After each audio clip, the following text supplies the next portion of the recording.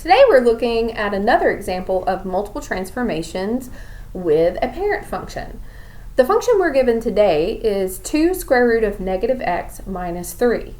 I think it's really important to understand that we need to do some rewriting on this problem before we can start figuring out what transformation should be performed on it.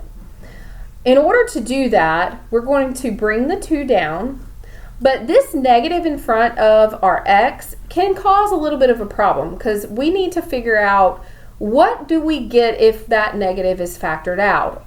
So if I use negative 1 as my GCF, what factor do I have remaining? And that's going to be x plus 3. So now we can more clearly see that we really have negative multiplied under the radical, and then we have x plus 3 as well. The next step is to figure out the parent function. Our parent function in this problem is what do we have whenever we remove anything that's been multiplied, added, or subtracted. So here, this has been multiplied, this has been multiplied, and this has been added. If I take all those pieces out, all I have left is the square root of x. So that's our parent function. Let's go ahead and graph that over here to the right. So this is going to be 0, 0, 1, 1, and 4, 2. Now, if you're unfamiliar with this graph, you can just create an XY chart, plug in some numbers, and see what Y values you get. It's important to remember that not everything gives you a perfect square, so I picked some numbers that did. Now we want to look and see what transformations have been performed on this graph. The first transformation we have is the 2. So this 2 is in front of our square root, and that tells me I'm going to stretch the graph vertically. Now it's vertical because the 2 is in front and it's greater than 1. So it's stretching, it's going up higher.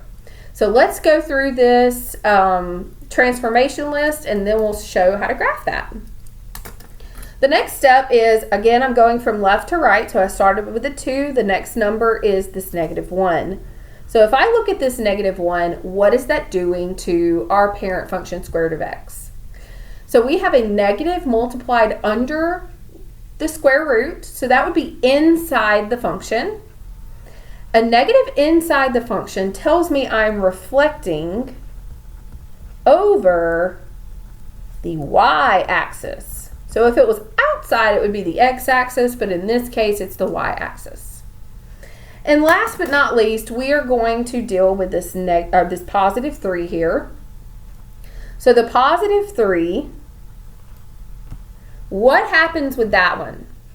So the x plus 3 that we see there is actually under the square root. And if it's inside or underneath, we're doing the opposite. So instead of moving up or down, we're moving left or right. And which direction do we go? Well, if this is a plus 3, we're going to do the opposite of what we think. So instead of moving to the right, we're moving in the negative direction. So we're going to be moving left 3. Now I want to show you step by step what this looks like on the graph, and then we will see what our final result is after we've done each of these things. Okay? So our first step is to stretch this vertically, and we're doing it by a factor of 2. What does that mean? Well, by a factor of 2 means that I'm going to take each of my y values that I already have plotted and multiply them by 2. So here, 0, 0, that's still just 0, 0. 1, 1 now is going to become 1, 2. And then here I have 4, 2, and 2 times 2 is 4. Okay, so we're just doing an intermediate step here. I'm just kind of give a dotted line there because this is not our final answer. So I have done this stretch vertically. So do you see it stretches it goes up a little higher on this. Now I'm going to do reflecting over the y-axis. Reflecting over the y-axis. So I'm not looking at the blue anymore. I'm looking at the green. And if I'm reflecting over the y-axis, it's changing the x values. Those are kind of opposite. So if I'm reflecting over y, I'm changing the x. And I'm changing the sign of the x. So I'm looking at the green, I've got the point 1, 2. Now I'm going to have the point negative 1, 2. Here I have the point 4, 4. Now I'm going to have the point negative 4, 4. So this is another piece in the middle, as in this is the next step. Doesn't that look like that's reflected? And I know I'm not a perfect artist, but the green is reflected and it becomes the pink. So think about this as a mirror image of each other. And we know that we have this reflected over that y-axis. The y-axis is kind of splitting these two things in half. So I've done that one.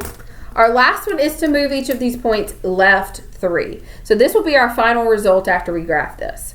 We have the origin. Now we're going to actually move that point left 3. 1, 2, 3.